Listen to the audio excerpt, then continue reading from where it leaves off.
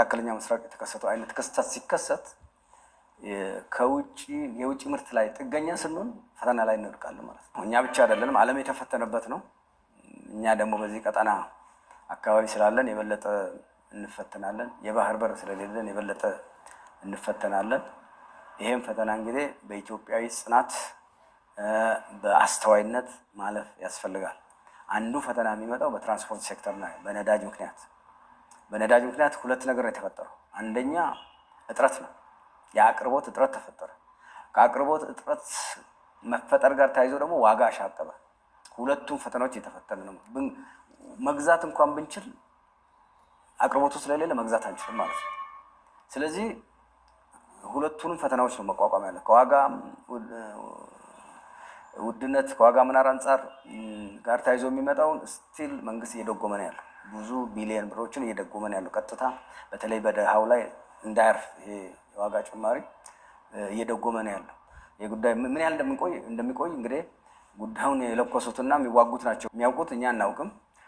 በጣም እየረዘመ ከሄደ ከውጭ የምናመጣቸው በተለይ ነዳጃችን ላይ ትልቅ ችግር ይፈጠራል። ያኔ ከናካቴው የትራንስፖርት መቆም ሁሉ ሊመጣ ይችላል ማለት ነው። አሁን በጥንቃቄ ካልተጠቀምን ይሄ በተለይ መጨረሻ ላይ የተነሳው ጉዳይ ይሰውረን የሚያሰኝ ነገር ነው እና በጣም በነገራችን ላይ ከዚህ ከነዳጅ ጋር በተያያዘ ያሉት ጉዳዮች ዶክተር አለሙ ስሜን በጣም ከልብ አመሰግናለሁ። በወቅቱ አመራሮች ወጥተው የሚመለከታቸው ኃላፊዎች መስጠታቸው ጥሩ ነው፣ ግን ኤክስፐርቲስ በዚህ ጉዳይ በደንብ ሰፋፊ ትንታኔዎች መስጠት መቻል አለባቸው።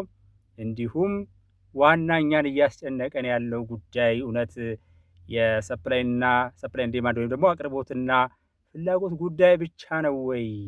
ከዚህ በፊት ምንም ባልነበረበት ሁኔታ እኮ የኢራን እስራኤል አሜሪካ ጦርነት በባሰ ሁኔታ የነዳጅ ችግር ነበረ። በየመንደሩ በየቦታው ይቸበቸብ ነበር እና እንኳንም ዘንቦብሽ እንዲሁም ጤዛነሽ እንኳን እናቴ ሞታ እንዲሁም ለቅሶ ይለኛል ነውና ይሄ ነገር ከተሰማ በኋላ እጅግ የለየለት ውንብድና ተጀምሯል ከነዳጅ ጋር በተያያዘ። ምንም ይሄ የአደባባይ ምስጢር ነው፣ የማይታወቅ ነገር አይደለም። ነዳጅ የት እንደሚሸጥ እነማን እንደሚዘርፉት የቱ ጋር እንደሚቀሸብ ምናምን ይታወቃል። እንደውም እኮ ጥናት ሁሉ ባለፈው አቀረቡ። ከእያንዳንዱ ቦቴ ላይ ምን ያህል ነዳጅ ተቀሽቦ እንደሚሸጥ ሁሉ ይታወቃል። እና ብዙ ሙከራዎች ነበሩ ይህን ነገር ለማስቀረት። እንግዲህ ሙከራ ብለን በትምህርት ጥቅስ ውስጥ ብንይዘው ነው የሚሻለው፣ ከተሞከረ ለምን አልሆነም የሚለው። በየቦታው ያለው የነዳጅ የሚቸበቸበው ህገ ወጥ በሆነ መንገድ እንደው ሚስጥር ሆኖ ነው እንዴ? እውነት ለመናገር ይሄ በጣም አሁን በተለይ አስጨናቂ ጊዜ እየመጣ ነው። ያን ያህል ትኩረት ሰጥተነዋል ወይ ተሰጥቶታል ወይ በዛ ልክ የሚለው ነገር በጣም አስገራሚ፣ ብዙ ማሳሰቢያዎች የሚያስፈልጉበት እና ደግሞ እንደ ማህበረሰብም እየመጣ ያለውን ጊዜ ማወቅ የሚያስፈልግ ነው። ነዳጅ ትራንስፖርት እስከናካቴው ሊቆም ይችላል እስከሚባልበት ድረስ የተሄደበት ነገር ነው ያለው። ይሄ እኮ የነዳጅ መቸብቸብን መቆጣጠር የማይቻልበት ምንም ምክንያት የለም። አንዳንድ ጊዜ እኮ ዘራፊው አብሮ እያፋለገኝ እንዴት አገኘዋለሁ የሚያስብል ነገር ሁሉ ያጋጥማል። በነዳጅ አካባቢ ላይ የሚሰሩ ደላሎችም ምንም ይሆንበትና አስቸጋሪ ይሆናል። ከዶላር ምንዛሪ ጋር በተያያዘ ልክ እዚህ ቦታዎች ይታወቃል። መዲናችን ውስጥ የት ቦታ እንደሚሸጥ እነማን እንደሚመነዝሩ ምናምን እንደሚሉ ይታወቃል። አንድ ሰው ብር ያለው ሰው ዶላር ያለው ሰው ሄዶ ይመነዝራል ምናምን ይላል። ህገወጥ ነው የጥቁር ገበያ። ነገር ግን ቦታ ይታወቃል። መንገድ ላይ ጉሮሯችሁን አንቀው ነው የዶላር ይሄን ያልገብቷል ምናምን የሚሏችሁ። ብዙ ሚስጥር አይደለም ለማለት ነው። የአደባባይ ሀቅ ነው ማለት ነው። ቢፈለግ ማቆም ይቻላል ማለት ነው። ከነዳጅ ጋር በተያያዘ ያለው ነገር ይሄ ነው። እኔ አስፈሪ ቀን እየመጣ ገባ ብዬ ጎግል ሳደርግ ኢንተርኔቶችን ሳይ ምናምን ስል ብዙ ስጋቶች፣ ብዙ ጭንቀቶች በተለይ አፍሪካ ትልቁ ናይጄሪያን ጨምሮ ነዳጅ አምራች ሆነው ነገር ግን ከውጭም የሚያስገቡ ሳውዝ አፍሪካ፣ አንጎላ ምናምን እያል ስንሄድ ያለውን ጭንቀት ኤክስፐርቶች በደንብ እየተነተኑ ምን መደረግ እንዳለበት ምናምን በደንብ ይሄዱበታል። ስመለከት ያው ስጋቶች አሉ፣ ጭንቀቶች አሉ። ከአሁኑ ጀምሯል። እኛ ታክሲ ላይ ስንወጣ የ15 ብር እንዴት 20 ብር ሆነም እዛ ጋር መናቆሩ ምናምን ላይ ነው እንጂ ለማህበረሰብ ምንድነው ማድረግ ያለብኝ? እኔ በእውነት በጣም ትልቅ ነገር ነው። ያዝኑልን ይሆን እነዚህ ይሄ መዝባሪው፣ ዘራፊው፣ ወንበዴው፣ ይሄ መዋቅሩ በጣም የማይታወቀው ብለን እኔ አልጠብቅም። አይመስለኝም። አዝነውልንም አያውቁ የዘራፊ ስብስብ ቡድን በፍጹም። አንዳንድ ነገሮች እኮ ስንመለከት አሁን በቅርቡ እንግዲህ ያጋጠመው የመሬት መንሸራት ይታወቃል። በጣም እየተረባረብን ያለ ከዚህ በፊት በጎፋ መንሸራተት እኮ የመሬት መንሸራተትና በህይወታቸው በጠፉ ዜጎቻችን ላይ የነበረው ርብርብ እናስታውሳለን። ከዛ ላይ የዘረፉ አካላት ወደ አደጋ ስጋት አመራር እኮ ስንሄድ ለዜጎች ተብሎ አደጋ ስጋት አመራር ማለት በጣም ነው የሚገርመው ማለት ይታወቃል። ችግር ሲያጋጥም አደጋ ሲያጋጥም ምን ሲል ከተራ በላይ የሚዘርፍ የሚቀማ በሚስት በልጅ ስም ፍርድ የተፈረደባቸው ሰዎች እና አያዝኑልንም፣ እነሱ አያዝኑልን። ስለዚህ በተሻለ መጠን ግድ የለም ይሄ የሰፕላይ ዲማንዱን ጉዳይ እንደ ዓለም እንሆናለን። የሌባውን መዋቅር ይቁምልን። ፌዴራል ደረጃም በክልል ደረጃም አሁን እያየናቸው ያለናቸው ነገሮች ምናልባት ቀጥሎ በማቀርባቸው ዜናዎች እሱንም ለማካተት ሞክራለሁ። እሱ ላይ ቢተኮር ነው የሚሻለው የሚል ሀሳብ ያስጨንቃል፣ ያስጠብባል። እውነት ለመናገር ክቡራትና ክቡራን በድጋሚ ዛሬም ሰላምታ ሳላቀርብ ነው የጀመርኩትና አፉ በሉ ማለት ፈልጋለሁ። ሰላም ጤና ይስጥልኝ ክቡራትና ክቡራን፣ እንዴት ብላችኋል? እንዴት አምሽታችኋል? ዕለቱ መጋቢት 9 ቀን 2018 ነው። የዕለቱን ወሳኝ አበይት ዜና ከነዳጅ ጋር በተያያዘ ቀናበርኩላችሁ፣ ያዘጋጀሁላችሁ፣ ያጠናቀርኩላችሁ ነገር አለ። ይህንንም ደግሞ ይዞ የመጣው የመካከለኛው ምስራቅ ላይ የተፈጠረው አሜሪካና እስራኤል በጥምረት ኢራን ላይ የከፈቱት ጥቃት፣ ኢራንም ደግሞ ተገማች አልሆነም። በቃ ሊገመት ያልቻለ ነገር ነው እየሆነ ያለው በነገራችን ላይ። ይህን በተመለከተ ከነመዘዙ ከነጥሱ ለማቅረብ እሞክራለሁ። ከዚያ በፊት ግን አሁን የደረሱንን ሰበር መረጃዎች ወደ እናንተ አቀርባለሁ ማለት ነው። በእናንተ በኩል ላይክ እና ሼር እያደረጋችሁ አብራችሁ የምትቆዩ በታላቅ አክብሮት እና ፍቅር እጠይቃለሁ ውዶች። አሁን በቀጥታ ወደ ሰበር መረጃዎቻችን፣ ከሰበር መረጃዎቻችን በኋላ ደግሞ ወደ ዕለቱ ወሳኝ ጉዳዮች እንሄዳለን። አብራችሁን ቆዩ።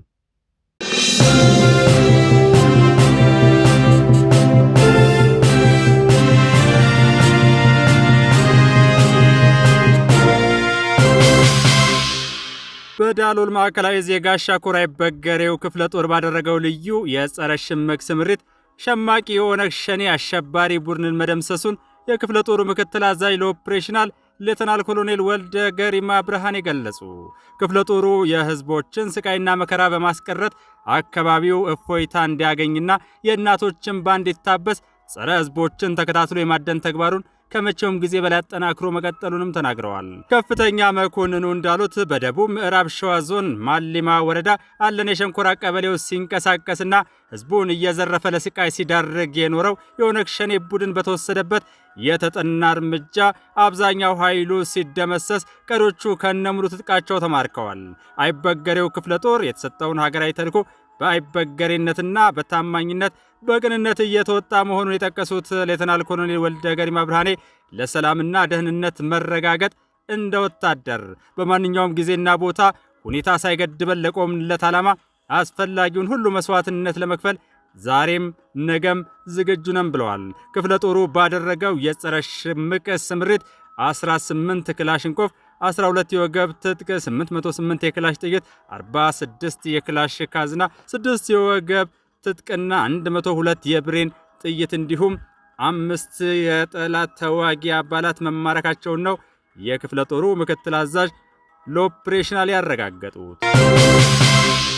ወደ ሁለተኛው ሰበር መረጃ ስንሸጋገር በምስራቅ ጎጃም ዞን በአሶሊበን ወረዳ ጥምር ጦሩ በአንጅም ቀበሌ በሰራው ድንገተኛ አሰሳ የህገወጡ ቡድን ታጣቂዎችን ከነመሳሪያቸው በቁጥጥር ስር መዋል መቻሉ የተረጋገጠ ሲሆን በተጨማሪም ዴስክቶፕ ከነ አክሰሰሪው እንዲሁም ወሳኝ የሆኑ የሰነድ ማስረጃዎች በቁጥጥር ስር መዋል መቻሉ ተገልጿል።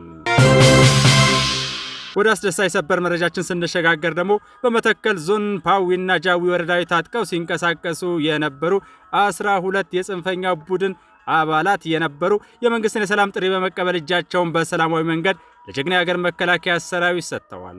የሰባተኛ ሜካናይዝድ ክፍለ ጦር ዋና አዛዥ የወረዳው ኮማንድ ፖስት ሰብሳቢ ኮሎኔል ፎቶ ይስማው የታጠቁ አባላት በክልሉ ሲንቀሳቀሱ በመቆየታቸው ምክንያት በርካታ ኢኮኖሚያዊና ማህበራዊ መስተጋብሮች ተቋርጠው በመቆየታቸው ህብረተሰቡ ለከፍተኛ ችግርና ጉዳት መዳረጉን አስታውሰዋል። ኮሎኔል ፎቶ ዛሬ ላይ የሰላምን ዋጋ በውል ተረድተው እጃቸውን የሰጡ አካላት ከትላንት ስህተታቸው ተምረው ከመንግስት ጎን በመቆም የአካባቢያቸውን ሰላምና ደህንነት በማስከበር ሂደት የሰላም አምባሳደር ሊሆኑ እንደሚገባ አመላክተዋል።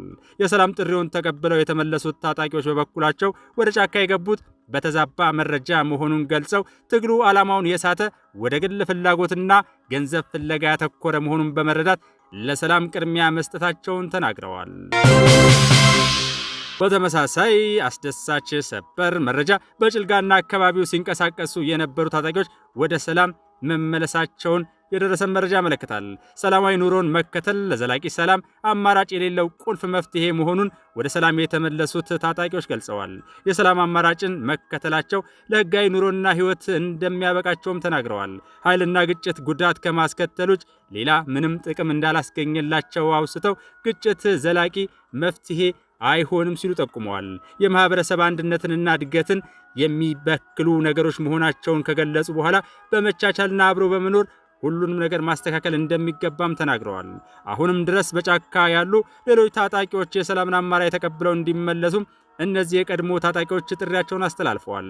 ወደ ሰላም መመለስ ለግለሰቦች ለማህበረሰብና በአጠቃላይ ለሀገር እድገት እንደሚጠቅምም ተናግረዋል። የጭልጋ ወረዳ አስተዳዳሪ የሆኑት አዛናው አደባ የወረዳው ሰላምና ጸጥታ ጽሕፈት ቤት ኃላፊ ሀብታሙ እንዲህ ነው እንዲሁም ሌሎች የወረዳው አመራሮች የቀድሞ ታጣቂዎችን መቀበላቸውን ከጭልጋ ወረዳ ኮሚኒኬሽን ያገኘነው መረጃ ያመለክታል። በተያዘም የወረዳው ዋና አስተዳዳሪ አዛናው አዳባ መንግስት በማንኛውም ጊዜ ለሰላም ዝግጁ መሆኑን በድጋሚ አስገንዝበው ወደ ሰላም ለሚመለሱ ታጣቂዎች የሚያስፈልጉ ድጋፎችን እንደሚያደርጉም ገልጸዋል። መሰረተ ልማት በሚያወድሙ ጽንፈኞች ሊዘረፍ የነበረ ትራንስፎርመር በምስራቅ እዝና በጸጥታ ኃይል ማስጣል መቻሉን የደረሰን ዜና ያመለክታል። የባህር ዳር ዙሪያ ዋና አስተዳዳሪ አቶ ተመስገን ደጋረገ እንደተናገሩት ባህር ዳር ዙሪያ ወረዳ ቅንባባ በተባለው የገጠር ከተማ አንድ የኤሌክትሪክ ማስፋፊያ ትራንስፎርመር በጽንፈኛ ኃይሎች ተነቃቅሎ ሊወሰድ ሲል ምስራቅ እዝና ጥምር ኃይሉ ደርሰው ያስጣሉ ሲሆን በቦታው የነበረ የጽንፈኛ ቡድንም መደምሰሳቸውን ገልጸዋል። እንደ ዋና አስተዳዳሪው ገለጻ ትራንስፎርመሩ የተነቀለው በጽንፈኞች ሲሆን የአካባቢውን የኤሌክትሪክ አገልግሎት ለማቋረጥና የህዝብን ሀብት ለማውደም ሆን ተብሎ የታሰበበት ድርጊት ነው ብለዋል። መከላከያ ሰራዊታችንና ጥምር ኃይሉ ከህዝብ ባገኘው መረጃ ፈጥኖ መድረሱንና የህዝብና የሀገር ሀብት ከዝርፊያ መታደጉን በማድነቅ ገልጸው የተደመሰሱትን አባላት በተመለከተ እርምጃው የሚቀጥል መሆኑን ገልጸዋል። ምስራቅ እዝ በተሰማራባቸው የግዳጅ ቀጠናዎች ጽንፈኛውን አሳዶ ከመደምሰስ ባሻገር ለህብረተሰቡ አገልግሎት የሚሰጡ ተቋማትና መሰረተ ልማቶችን በመጠበቅ የተወጣው ግዳጅ ለህዝብ መቆሙን የሚያረጋግጥ መሆኑንም አመልክተዋል። ይህ በእንዲህ እንዳለ የህገወጥ ነዳጅ ዝውውርን በተመለከተ የደረሰን መረጃ እንደሚያመለክተው የሀገር መከላከያ ሰራዊት የምስራቅ እዝ በደብረ ታቦር ዙሪያ ባደረገው ክትትል ለህገወጥ ታጣቂዎች ሊተላለፍ የነበረ 136 ጄሪካን ነዳጅ እንዲሁም የሞተር ዘይት ከሁለት ተጠርጣሪዎች ጋር በቁጥጥር ስር አውሏል። ተጠርጣሪዎቹ ግለሰቦች ህገወጥ ነዳጁንና የሞተር ዘይቱን በአንድ አይሱዙ ተሽከርካሪ በመጫን ከደብረ ታቦር ወደ ወረታ በሚወስደው መንገድ ላይ ለማስተላለፍ ሲንቀሳቀሱ ቀድሞ ስምሪት በተሰጣቸው የሰራዊቱ አባላት መያዛቸው ተገልጿል። መንግስት በአሁኑ ወቅት ያለውን የነዳጅ ስርጭት ችግር ለመፍታትና ፍትሐዊ ተደራሽነትን ለማረጋገጥ ልዩ ልዩ መመሪያዎችን አውጥቶ እየሰራ ባለበት ወቅት ግለሰቦቹ ነዳጁን በጀሪካን በመደበቅ ለታጣቂ ቡድኖች ለማቅረብና ሰው ሰራሽ የነዳጅ እጥረት ለማባባስ ጥረት ሲያደርጉ እንደነበር ከእዙ የተገኘው መረጃ ያመለክታል።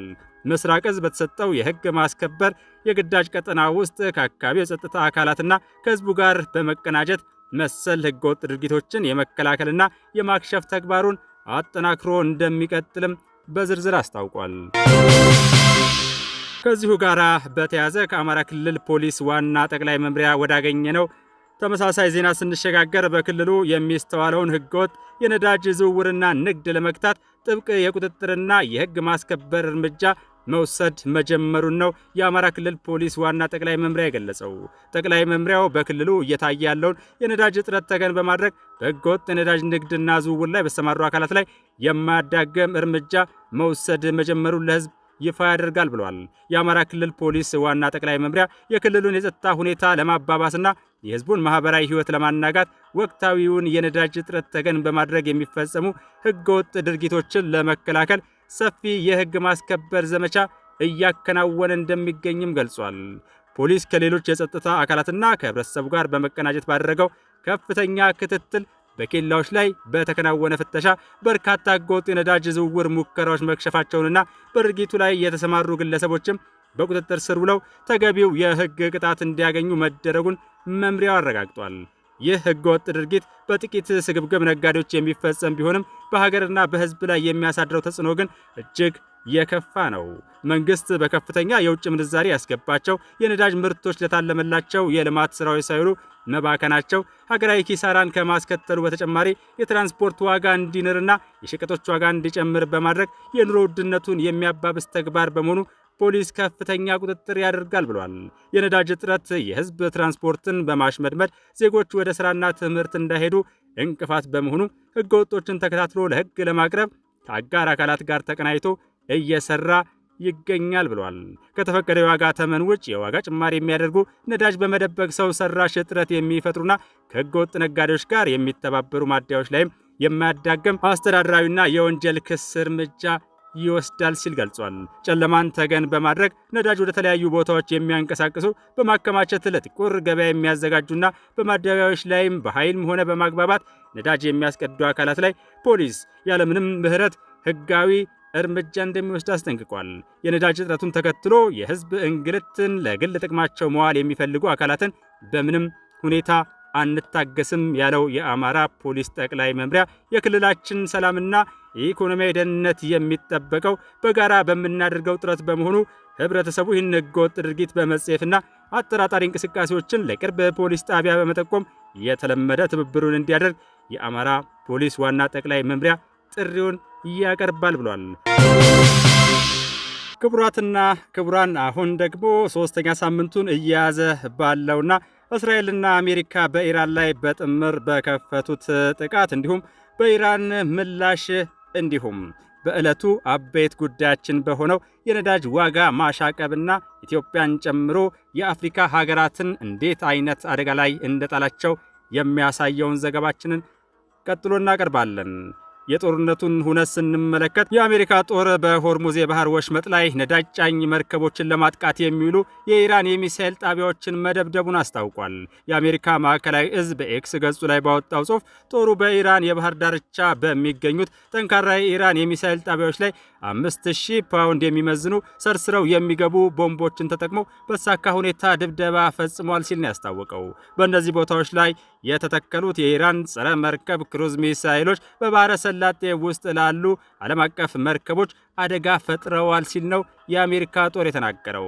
ኢራን 20 በመቶ የሚሆነው የዓለም ነዳጅ የሚጓዝበትን የባህር ወሽመጥ በመዝጋቷ የዓለም የነዳጅ ዋጋ ከፍተኛ ጭማሪ ማሳየቱ ይስተዋላል።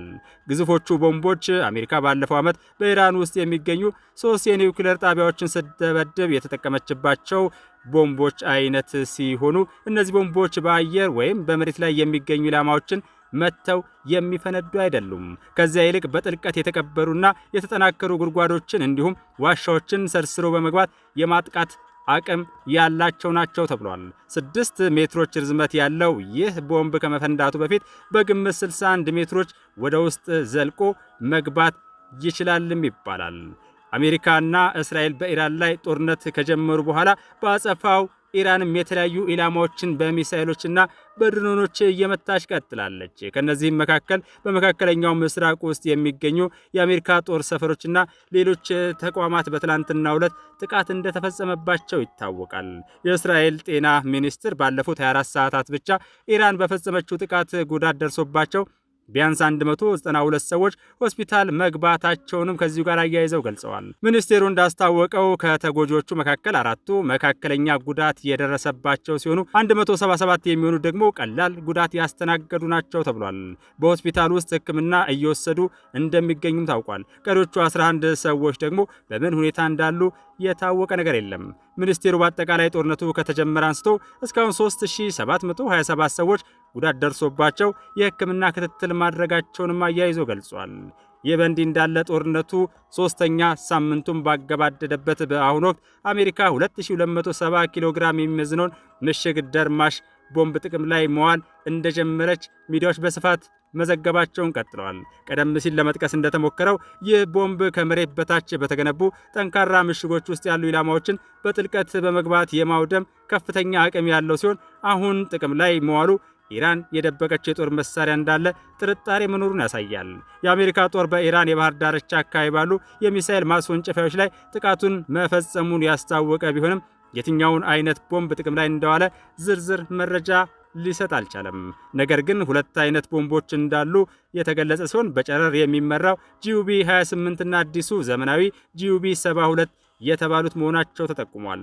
በአሁኑ ጥቃት አዲሱ ቦምብ ጥቅም ላይ ሳይውል እንዳልቀረም ይታመናል።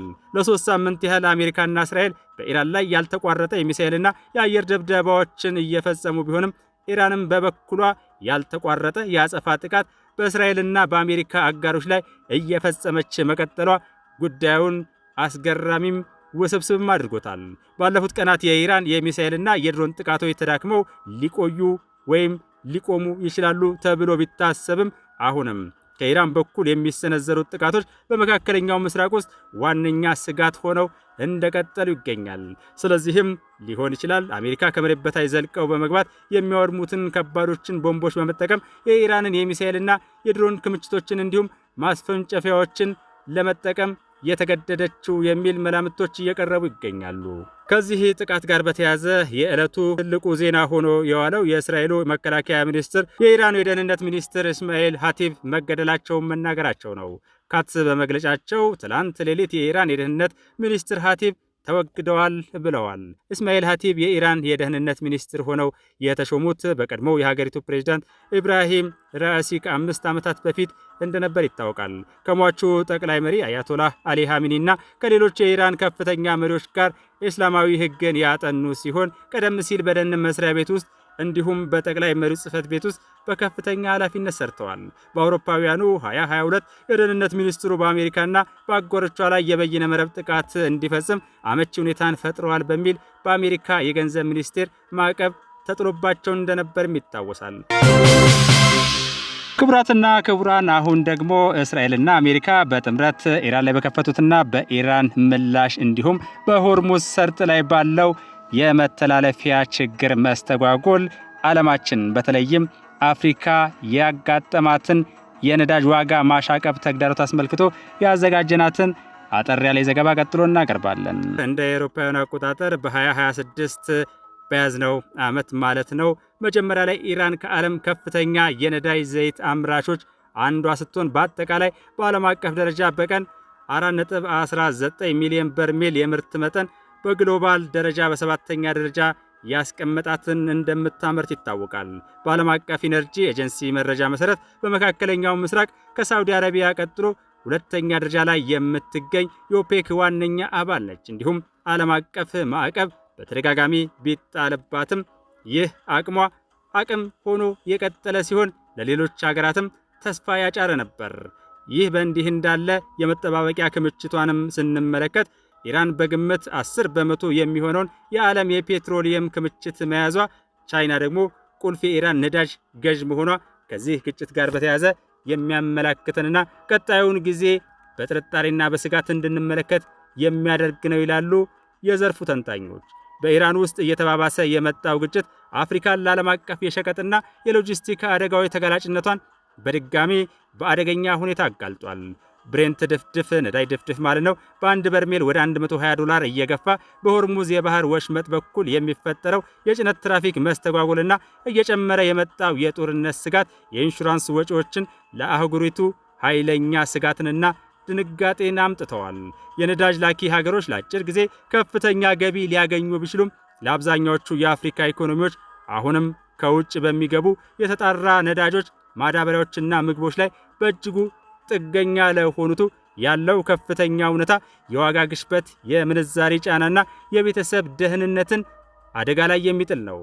በየካቲት ወር መጨረሻ ጀምሮ በሆርሙዝ የባህር ወሽመጥ አቅራቢያ የተጠናከሩ ጥቃቶችና ስጋቶች ዋና ዋና የመርከብ መስመሮችና ኢንሹራንስ ኩባንያዎች የባህረ ሰላጤ ትራንዚቶችን እንዲያቆሙ ወይም በከፍተኛ ሁኔታ ዋጋ እንዲከልሱ አስገድዷቸዋል። የጦርነት ስጋት ክፍያዎችም በ10 እጥፍ ከፍ ብለዋል።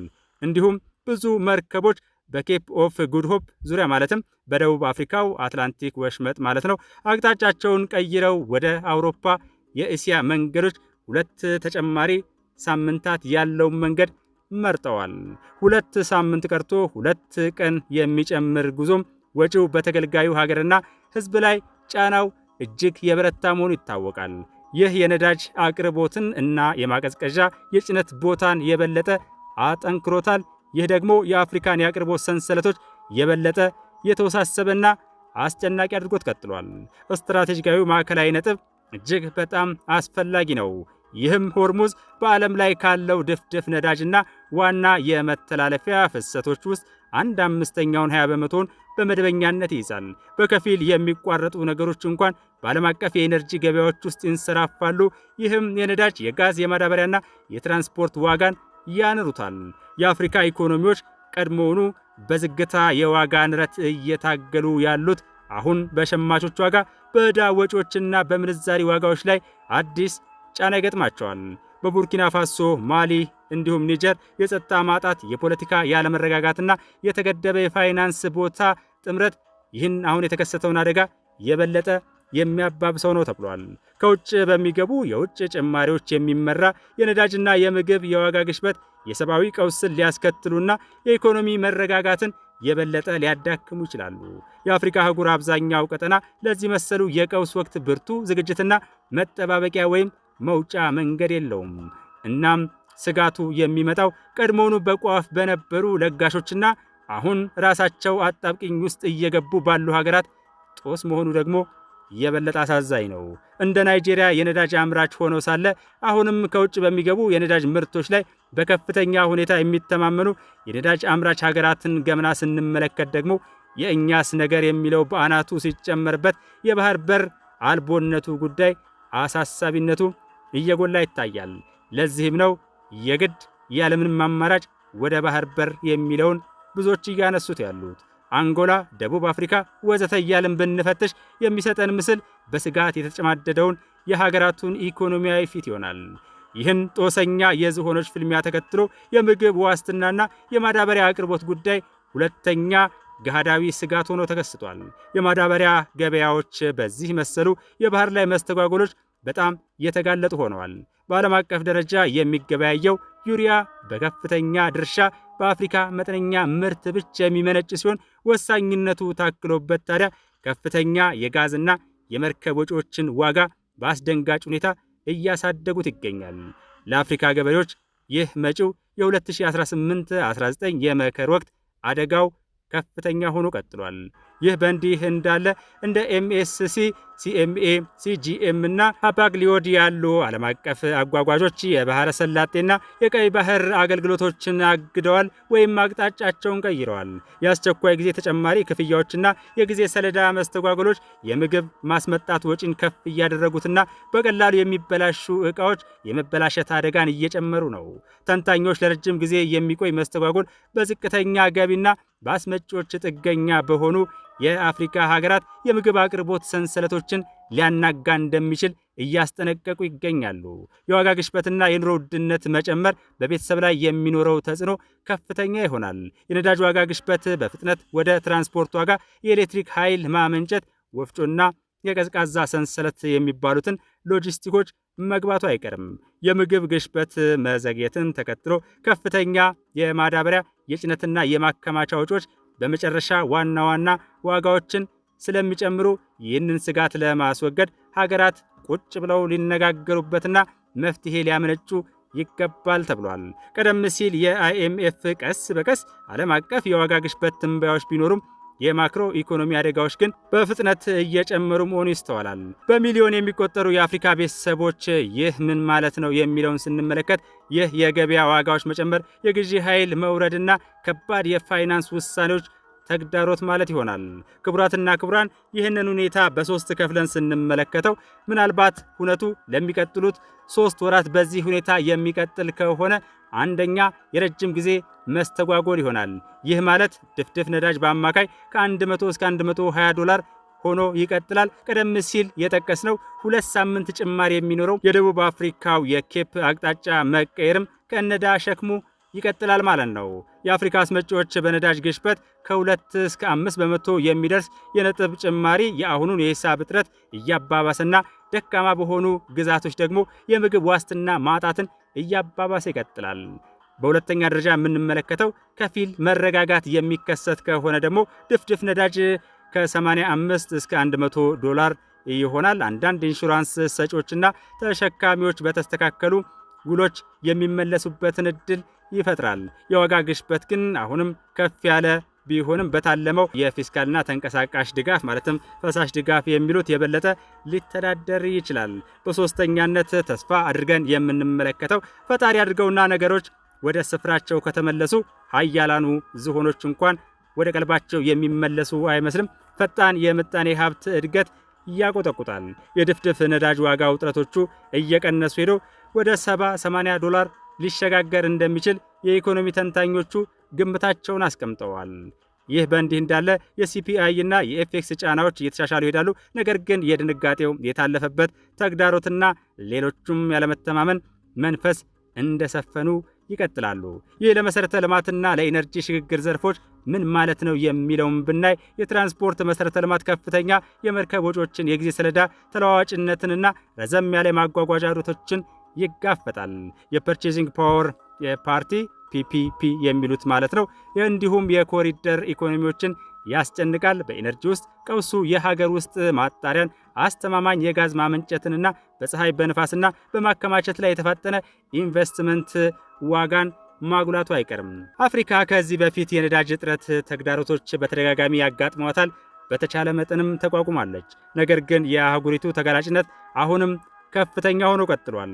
የአሁኑ ቀውስ በተለያዩ የኢነርጂ ስርዓቶች፣ በጠንካራ የሎጂስቲክ አውታረ መረቦች ወይም በጥልቅ የንግድ ፋይናንስ አቅም በኩል የመቋቋም አቅም አማራጭ እንዳልሆነ በድጋሚ የሚያስታውስ ሆኗል። ከጊዜ ወደ ጊዜ እየተለዋወጠ ባለ ዓለም ውስጥ የኢኮኖሚ ደህንነትን ማረጋገጥ ወሳኝ ሲሆን የባህር በር ብለን የጀመርነውን የህልውና ጉዳይ በባሌም በቦሌም ማሳካት ግን ምንም ቅድመ ሁኔታ የሌለው ነገር ይሆናል። ክቡራትና ክቡራን አድማጭ ተመልካቾቻችን እስካሁን ለነበረን ቆይታ ከልብ እናመሰግናለን።